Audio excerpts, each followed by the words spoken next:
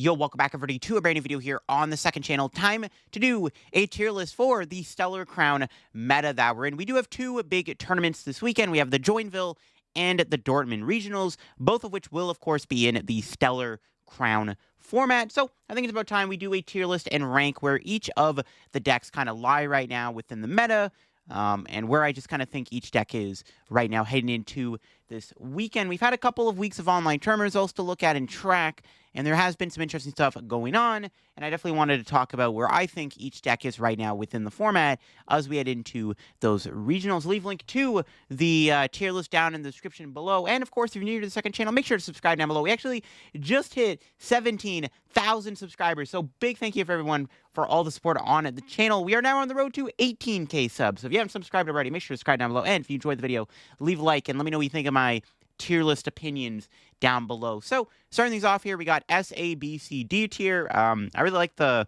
alphabetical ranking that I've been doing over just doing like tier 1 and 2 and stuff. So, starting off, we have Ancient Box here. I think Ancient Box is probably B tier. I think Ancient Box definitely feels a lot worse in this format just because it doesn't really gain any, like, good matchups with, like, any popular decks now. Like, your Dragapult, your Palkia, I would imagine your Terapagos matchup are all, like, kind of, like, you know, not great. I think one of the big issues Ancient Box actually faces now, and honestly, this deck might be a C tier deck, I'm not going to lie. I don't know if B tier is actually the correct place for Ancient Box. It might be more of a C tier deck. I think the thing that really hurts the deck is the fact that Briar exists. Briar makes it really hard for Ancient Box to win games now. So, like, if you're playing against Charizard, for example, which was already one of your worst matchups, they now have Briar, which means they can just use Briar against you and stop you from winning the game. Like, and then there's also Raging Bolt. Raging Bolt is supposed to be one of your best matchups. I don't even know if Raging Bolt is one of your best matchups now because they have Briar, right? So it's like, I don't, honestly, Ancient Box genuinely could just be a C tier deck. I think B tier might be a little too kind for it. I mean, bro, Briar just, like, kind of kills his deck, to be honest with you, and with, like, Terapagos playing Briar, with, like, Charizard, Raging Bull playing Briar, it's not great. The only decks this deck probably would like to see would be, like, maybe Miraidon, Turbo Moon, and that's it. Like, maybe Gardevoir. Every other deck in the format just, like, kind of farms Ancient Box. I think Ancient Box genuinely is, like, kind of on its last legs right now. I just think Briar is just really problematic for the deck. And a lot of the top decks are playing Briar right now, so I don't know. I don't think Ancient Box is in a great spot. Next is Charizard. Charizard is probably S tier. Like, I don't even know if there is an S tier deck, to be honest with you, but Charizard's probably up there for sure. Hypothetically speaking, there may not be a deck that's supposed to be S tier, but I do think Charizard is in that status of, like, it's probably one of the big three of the format. It's definitely a top dog right now. Charizard could be the best deck, to be honest. Like, it now has Briar. It's using Dusknoir. It feels really strong. I mean, Charizard just does Charizard things. Now that it has Briar, it can do some insane plays where it can literally win the game on, like, 4 prizes, thanks to Briar Dusknoir. So, Charizard definitely feels like it's probably in the S tier status right now. Probably one of the BDIFs. I think, like, we're just waiting for Tor to play it or something, and, like, the 60 is going to be broken. And next thing you know, Charizard's going to be, like, the best deck in the format. So, I think it's definitely S tier. Charizard feels like it's a strong deck. Like, if I'm going to both Joinville and I'm going to Dortmund this weekend, I'm probably expecting a lot of Charizard, and it's something that I definitely would like to keep my eye on if I was going to those tournaments, because Charizard feels like it's probably the biggest and most popular deck right now. Next up is Regidrago. I think Drago's A tier. I don't even know if the deck gets worse with this new format, because, to be honest, most of its matchups seem okay. Like, I think you're still favored into Zard. I would imagine your matchup into Terapagos is okay. Your Dragapult matchup's pretty solid, I think. And then, you know, outside of that, you're probably, like, doing, like, half and halves to, like, the other V-Star decks, like Lugia and Palkia and stuff like that. So I think Drago is still A tier. Honestly, Drago could still be an S tier deck, but I think kind of in this format, I think the Drago hype has died down a little bit. I've been seeing less Drago being used in the format. It's still doing good, and I think it's still an A tier deck. I think Drago is still a very strong deck right now. But I don't know. Maybe Briar's also hurting the deck's potential too. That could be another obstacle this deck has to get over is Briar. And also Raging Bull's pretty popular. That's another deck this deck is not really the biggest fan of, but I think Drago's like still A tier. I think it's still a very solid deck. It does beat Charizard in my opinion. And even though Charizard now has Briar, which is probably going to cause some problems and might skew the matchup a little bit, Drago is still probably an A tier deck. It genuinely could be still a top dog. And now we have Chien-pao. Pal's probably C tier. I think that the deck gets a bit worse because Dragapult's more popular now. Palkia is like also popular. Like any deck that can like kind of prize race you is probably just going to be better at beating you. Not to mention Dusknoir probably gives you issues because they can Dusknoir your Bibarels. I'm not sure where Chien-pao really lies. It kind of feels like Ancient Box right now where it's like maybe one or two will make it to day two, but it's not really a deck that anyone's going to be like, Pow's going to be in that upper echelons of like A tier status. You know, it's Pow at the end of the day. It doesn't really do anything special, and I feel like it maybe just gets worse with Briar and Dusknoir being popular. You know what I mean? So it's probably just fine in C tier for now. Next up is the Palkia variant. So there's two different Palkia decks right now, both of which do play fairly differently to each other. There's Palkia with Noctowl in Area 0, and then there's Palkia Dusknoir. Palkia Dusknoir did get 9th place at Baltimore. It is a deck that I think a lot of players have really looked at recently. And then Palkia Noctowl is the other new big Palkia deck, abusing Area 0 Underdepth, having the Noctowl engine, making your deck super consistent at what it's trying to find and do every single turn. I think Palkia is probably B tier. I think both builds are B tier. I think Palkia definitely feels very strong right now. But I feel like we just haven't really figured out the best 60 for the list yet. It feels like a bit more of an underdeveloped deck. And I also just don't see as much Palkia doing well compared to the other Area 0 deck, Terapagos. So I kind of feel like Palkia is just chilling in the B tier right now. It's cool. Like, I think both builds are good. And I do think we're just waiting for somebody to make, like, a really good Palkia 60 for the deck to be broken. I just feel like it's just kind of wavering in that B tier status where it's like, it's a pretty solid deck, but it doesn't do anything like, we're not doing anything special. We're just waiting for that 60 to come out. Like, it does things special. Like, I think both variants of Palkia have different traits about them that are very appealing. Noctowl engine's really good. Dusknoir's really good. Like, both builds have a lot going for them, but I don't know. They feel maybe a little bit undercooked or maybe just don't feel like they're as good as everyone makes them out to be. So I think both Palkia builds are probably in B tier right now. Next up is Terapagos. Now, this deck is farming in the online tournaments right now, and I've been seeing a lot of discourse online about this deck as to whether or not it's actually a top contender. I've even seen some people say that it's like in S tier. Now, I'm not sure about that. It is definitely a deck I think that is very powerful. S tier does feel a little too high for this deck. It's very new still, and I think that kind of still like gives it a little bit of an advantage because it's a new deck, right? Maybe people are just not accustomed to what this deck does yet. They haven't really figured out the lines. Like, there's been a lot of Terapagos talk on Twitter. I've seen some top players literally say this is like the best deck in the format. I've seen people say that this deck is like so good, it's broken. I don't know about that. I think it is definitely a good deck. I'm going to play it safe, put in A tier. I think it is a very powerful deck. Yes, but I don't think that it's an S tier deck. Or, at the very least, I haven't been fully convinced that this deck is S tier. I think it is very strong. And I think that because of all this like hype this deck has gotten this past week in the online tournament scene, I think there's a good chance Terapagos ends up, you know, doing really good in both these tournaments. I think there's going to be a big showing for Terapagos. I think that there's a good chance this could be like potentially top 5 most played deck because I think there's a lot of potential and hype of the deck. But I don't know, calling it S tier, I don't know, it feels a little too early for that, or I don't know, man. Like, keep in mind, its results are coming off of online tournament results, which online tournament results are decent, especially when they're winning like 300-player online tournaments, which Terapagos did manage to do. But, like, you got to take those tournaments with a grain of salt. Online tournament results are not the be-all, end-all of how you rank a deck. You know what I mean? Like, just because Terapagos is doing good in the online tournament scene doesn't automatically mean this is an S-tier deck. Now, I know top players are testing the deck and figuring out how good it actually is in testing, not just in the online tournaments. But for now, I'm going to call it an A-tier deck. S-tier feels a little too high for it, but I don't know. Because the other issue with the deck, too, from what I've heard anyways, Terapagos has to go first in order for it to win games. From what I've heard, if Terapagos ends up going first, it usually wins most matches.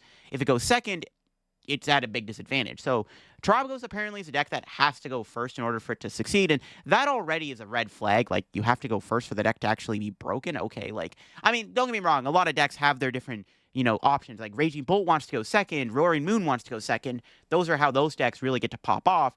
And then, like, they go first, but, like, to me, from what I've heard, it's like Terapagos has to go first. Like, it's not just it has to go first in order to work. Like, if it doesn't go first, this deck is a pile. That's what I've heard, anyways, from the grapevine. So, I don't know, man. I'm going to call it A tier. It feels like this deck has its weaknesses.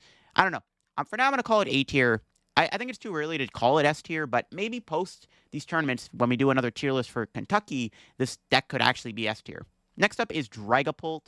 I think Pulse also S tier. Dragapult has been also doing really good in the online tournament scene, but I think the results are definitely very genuine. Dragapult is a very powerful archetype. Sparkling Crystal completely unlocks this deck's potential because now Dragapult EX is even easier to use than Drago is sometimes. So both Drago and Dragapult are trying to get that turn 2 Phantom Dive off now. Drago has the ability to use Ogre Pawn, so you have some grass Pokemon in your deck, plus you have other attackers like Kyurem and Tina, but Dragapult has a very beefy dragon Pokemon in the active spot. One of the things I like about Dragapult compared to Regidrago has 280 HP. That's a bit more easier to exploit. Dragapult has 320 HP. That actually makes a big difference. That 40 extra HP makes all the difference in a match, in my opinion. And that's why I think Dragapult is a stronger deck than Regidrago is. But I still think both decks are very strong. I think for now, in our current format, I think Dragapult is genuinely an S tier deck. Maybe post, this weekend, this deck will probably go down to A tier, in all honesty. But I think right now, where it stands, Dragapult's doing really good. I think a lot of players are hyping it up. I think it's definitely an S tier deck at the moment. Next up is Dragapult Xatu.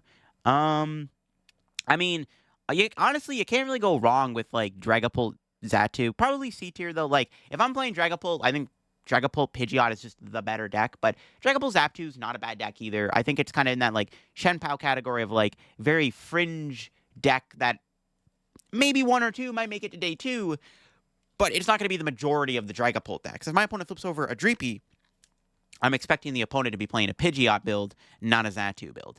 Dragapult Charizard, I mean, it's kind of the same thing as this. I'm going to put in B tier, though. I think that depending on how you're building your Dragazar deck, like if you're playing it with like the Pidgeot engine, you're just putting a 1/1 Charizard on the deck. You're basically just playing the same thing as Dragapult Pidgeot already in S tier. If you're playing like the Tord build with like unfair stamp and stuff, I think it's a B tier deck. I think Dragazard is fine. I don't know if it's better than just straight Dragapult, because like just the straightforward Dragapult Pidgeot deck feels stronger because it's trying to do the Dragapult things more often than not. I also think that the stock of Charizard in this deck kind of drops down a little bit when Ogre Pawn is so popular and when Briar is now a thing. I've tested a bit of Dragazard in this format, and I'm not sold on the deck quite yet. I think the deck has, I think it's just a weaker version of just Dragapult Pidgeot, which might be weird to say considering it doesn't really, your deck should get better with a 1/1 Charizard in the deck, but I feel like the Charizard is less useful nowadays because it's just more fragile, because like there's Dusknoir in the format, there's Ogre Pawn, like, because like one of the issues, Dragazard completely took a hit when Regidrago became BDIF, and immediately this deck like fell off. So I'm not sold in the deck. I don't know. I think it's B tier though. Like I'd rather just play like straight Dragapult at this point. Next up is Gardevoir. Honestly, Gardevoir could be A tier. This one's interesting. Gardevoir is a deck that always sticks around in the format. And I don't think it's ever a bad deck, but it feels like it fluctuates between like good and bad. Like in the Worlds format, everyone wrote Gardevoir off as like a terrible deck. To be honest though, Gardy could still be an A tier deck. It's still Gardevoir at the end of the day. Also, it's not bad in, I mean, I feel like if you're playing like the double Devo stuff, I feel like you're not bad into the Charizard and the Dragapult decks.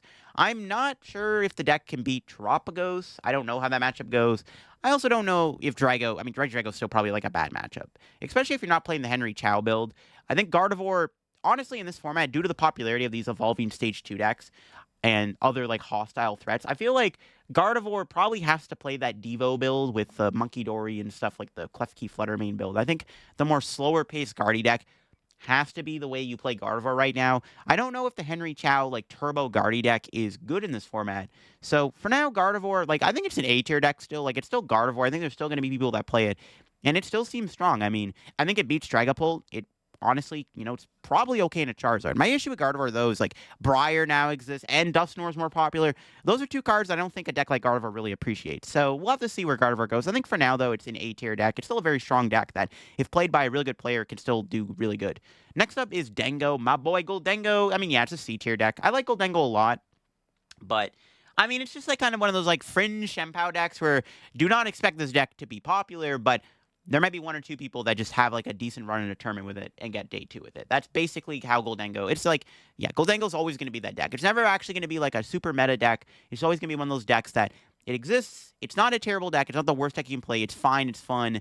And it's cool. My issue with Gholdengo now in this format, though, once again, is kind of just Briar could be an issue for the deck even more now.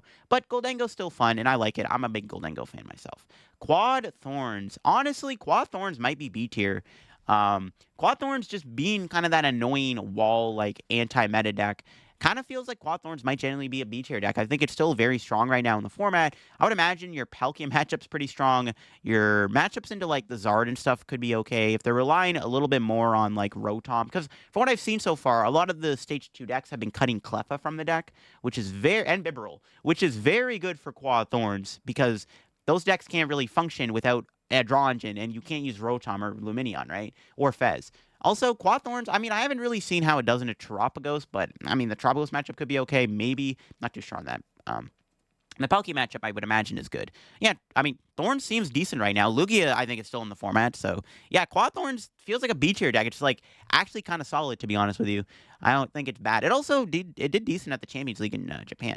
Next up is Lugia. I think Lugia is A tier still. I genuinely think Lugia is still a very powerful deck. Honestly, this deck could be S tier. Like, I'm very much saying that Lugia is still in a great spot going into the tournaments this weekend.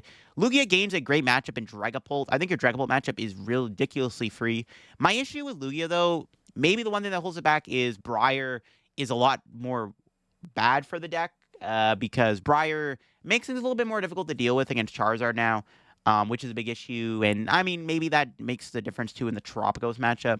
Dusknoir being more popular is also not great because Cinccino has a bit of a target on its head, but I mean, Lugia is still a very just outright strong deck, and you're picking up a great matchup in that Dragapult deck, so I think Lugia is still like actually not bad right now. As long as you're just not running into Thorns and Miraidon, I think Lugia just still can sweep through tournaments. Also, if like Control and Stall are getting popular again, like Lugia is just never a bad deck. I also don't think anyone's respecting it. The only deck I can see playing Temple right now is probably Dragapult, just because it wants to fix that bad matchup. Every other deck, like I don't think Charizard's going to play Temple. I don't think Guardia's going to play Temple. I don't even think Drago is going to be playing Temple of Sinnoh. And then obviously like the Terapagos deck, they ain't playing Temple of Sinnoh. So I mean, I don't think Lugia is really being kept in check right now. Miraidon is next. I think Miraidon's a B tier deck. It feels like it's a very strong turbo deck still at what it's doing. Area Zero really does unlock a lot of potential for the deck because you can use Raikou a lot more, often now, and Raikou becomes an even bigger threat. The issue with Miraidon, though, is you have a pretty bad matchup into the two decks in S tier. Like, I don't think your Charizard matchup is good at all. I think your Dragapult matchup's also kind of unfavored, just because Dragapult can do so many shenanigans with Phantom Dive. The only thing I like about the deck is it should be okay into Lugia, and I don't think your matchup into, like, Terapagos is bad. I would imagine your Guardian matchup's decent. Miraidon is not a bad deck, but you're going to be losing to, like, Charizard, and if you want to take a bad Charizard matchup, be my guess, but I'm not sure. Also, I feel like Raging Bolt is not great still. Bolt is a bit more winnable now, thanks to Area Zero, because now you can actually one-shot Bolt with Raikou. And if you're playing against a Bolt player who benches a bunch of Pokemon on their first turn of the game, you can like knock them out with a Raikou turn 1 going second, which is nice, but I don't know. Miraidon, I think it's just a solid B tier deck right now. Yeah, it's a solid B tier. Future Thorns, Hands, probably D tier. I don't think this deck is very good. I mean, I feel like the deck's just kind of dying. Like, the Future Box Hands deck feels kind of dead. Same thing with Dialga. Dialga's just another deck that just kind of dies. I do think that there is some cool things you can do with the deck. Like, for example, in my most recent video where I played the Hydrapple deck, I hit a Dialga Dusknoir deck with Great Tree, which was kind of scary. So there is some things you can still do with Dialga, but going into this tournament, I think Dialga's like probably just a D tier deck. Like, no one's really going to probably play it or like expect to see it. Next up is Lost Zone deck. So Lost Box is in an interesting spot. Regidrago is falling off a little bit in popularity, which is really good for the deck. Also, Dragapult being popular ain't great for the deck, but I think if I'm playing Lost Box, I would rather see my opponent flip over a Dreepy than a Regidrago V. So yeah, I think Lost Box is probably B tier. I think that Sablezard and Sablezard and Paradox Box, or Turbo, whatever, are both B tier decks. I think Lost Box gets a bit better this format because if there's going to be less Drago being played, like I'm not saying Drago's going away, like it still is a very powerful deck. I'm still putting Drago in A tier, but it's not like going to be as popular as it used to be. It's not going to take up the entire meta of like 15% of the meta. Like Drago probably going to be realistically like 6 to 7 to 9% of the meta. Like that's a lot more reasonable for Lost Box. Like especially in these massive tournaments where there's a new meta. Like a lot of people going to these new tournaments, like new format tournaments, they're probably not going to play Drago. They want to play different things. They want to play new stuff. So that's where Lost Box comes in and cleans house. Also, nobody's really thinking of Lost Box right now. Like obviously there's no deck that's randomly just going to play a one of Kyurem.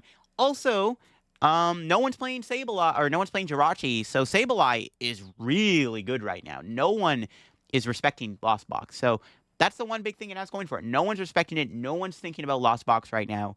I think it's decent. I think, you pick up some decent matchups. I think, though, you probably still have to play double Mana Fee, just in case you play against Drago. Also, in case you play against Palkia, because Palkia can very easily go turn 2 Cologne against you. Unless you can hit, like, turn 1 Ninja on their Hoot Hoots, they're probably still going to get that Prime Catcher Cologne. So you probably need to play 2 Mana Fee in Lost Box. But I think Lost Box is a great deck right now. I think it's honestly a really good deck in our format. Pheasantipity is just another card that is really good in the deck. I think Lost Box is a great B tier deck. I think it's actually pretty good. Next up is Lost Pult. Probably D tier. Probably the weakest build of Lost Box. I don't think it's like terrible, but it's kind of just the weak clean of the archetypes. Lost Tina. I think Tina's D tier. This deck's just dead in the water. Like Tina, like some people were just trying to make it a thing again in the last format, but I don't know, man. Tina never really got its footing again. I think it's just kind of too weak right now. Like if I'm gonna play a Lost Zone deck, I'd rather just play a like Sablezard or Turbo. They're both basically like the best builds of the deck. I think Tina's too weak. I also do think Tina probably gets weaker thanks to Briar, right? So there you go. But I could be wrong, but I don't know. Like, Tina never really feels good. Also, like, I think you get farmed by Lugia. And you probably get farmed by, like, Terapagos, too, to be honest with you. Next up is the Noivern Ogerpon deck. So, I guess we'll talk about some of the stall control decks next. So, we got... The first one is Noivern Ogerpon, the big secret rogue deck of Baltimore Regionals. This deck actually is cool, but I think in this format, it gets a lot worse. I think it's a C-tier deck. This deck was really, really good for Baltimore, specifically. Post-Baltimore, I think this deck completely falls off the map because all of a sudden, Dragapult becomes really popular. Lugia is still very good. I think the Noivern Ogerpon deck is like a one-and-done thing. I don't think that it's ever going to see the amount of success it saw once before, but there might be people that still try to play it and revive the deck or play like a new variant of the deck to try to beat the updated meta, but I think that like it's just not great. It just has too many, like, awkward matchups right now. Like, it was just only really good for Baltimore, right? That was, like, the one tournament where this deck actually got to be good, right? So, I think even a lot of the players who played the deck will probably be like, yeah, this deck falls off completely. Next up is Pidgey Control. Probably B tier. Drago is still popular, and Dragapult is also probably not a great matchup, but I think it's more manageable than Regidrago for sure.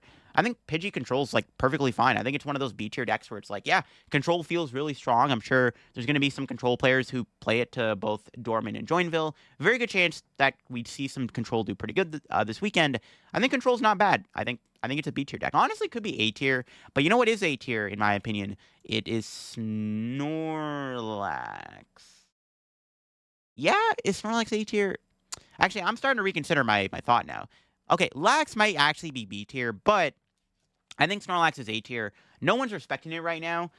And also Snorlax, like, really just destroys Charizard. Okay, the one difference with the Snorlax deck now is that Charizard has access to Dusknoir. And, like, Dusknoir is obviously a big issue for the deck, but I do think Snorlax is still A tier. I think it's still a very strong deck. If I'm going to play one of these, like, control stall archetypes, I think Snorlax would probably be the first one that I go to. Yeah, I think Snorlax is great. Obviously, Lugia still being a meta threat is still an issue for the deck, but I think Snorlax is still really good. No one's respecting it. Yeah, I think that a lot of the players this weekend are building their decks not respecting Snorlax. So that's a big advantage for the deck. I don't know how it does into, like, Terapagos and Palkia, but I would imagine it's, like, fine or, like, reasonably close.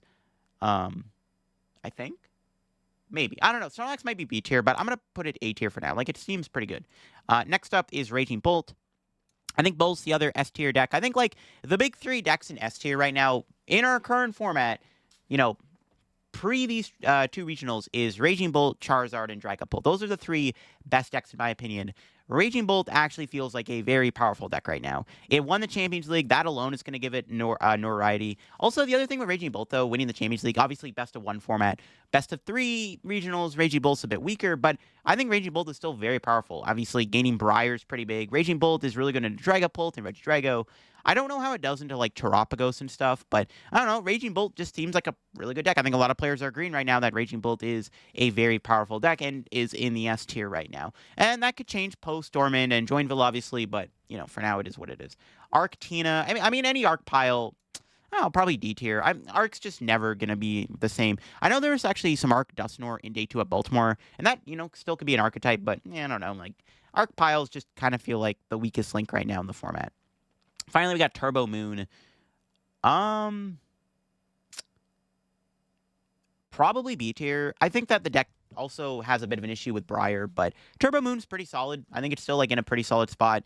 Turbo Moon and Miraidon, in my opinion, are the weakest versions of the Turbo decks, where I think Raging Bolt is the best Turbo deck right now. That's just my opinion. I think a lot of players are agreeing that Raging Bolt is an S tier deck. But yeah, I think Turbo Moon's B tier, solid B tier deck. I don't think it falls off too much. I don't think it gains like the worst matchup spread right now. You still like auto win Snorlax, which is pretty big. And then obviously like you're probably okay into like the other decks. Dragapult and Charizard might be a little bit more trickier now, though. Yeah, I don't know. Turbo Moon's probably B tier. I think it's like a decent place to put it for sure in B tier. But yeah, there you go. That is my tier list for the Stellar Crown format right now that we're in, going into the Joinville and Dortmund regionals. I'll probably be doing another updated tier list in a couple more weeks, leading into Kentucky, where I'm sure this tier list is going to shake up a bit. I'm sure things are going to move places, but I think right now this is like my opinion on where the meta is, right? But I do think that things will change, and my opinions could be wrong, obviously. But I think things will change post these tournaments, and these decks are going to fluctuate for sure. But yeah, that's it. That's my tier list for these tournaments. Let me know what you think of them down below. Leave a link to my tier list in the description if you want to try these for yourself. If you're new to the channel, subscribe down below. We're on the road to 18K subs now. Check out the new sponsors, TC Evolutions and Card Cavern, down in the description below. Use code LDF to get anything over there. And yeah, that'll be for me. See you all very soon for another video here on the second channel. Bye-bye.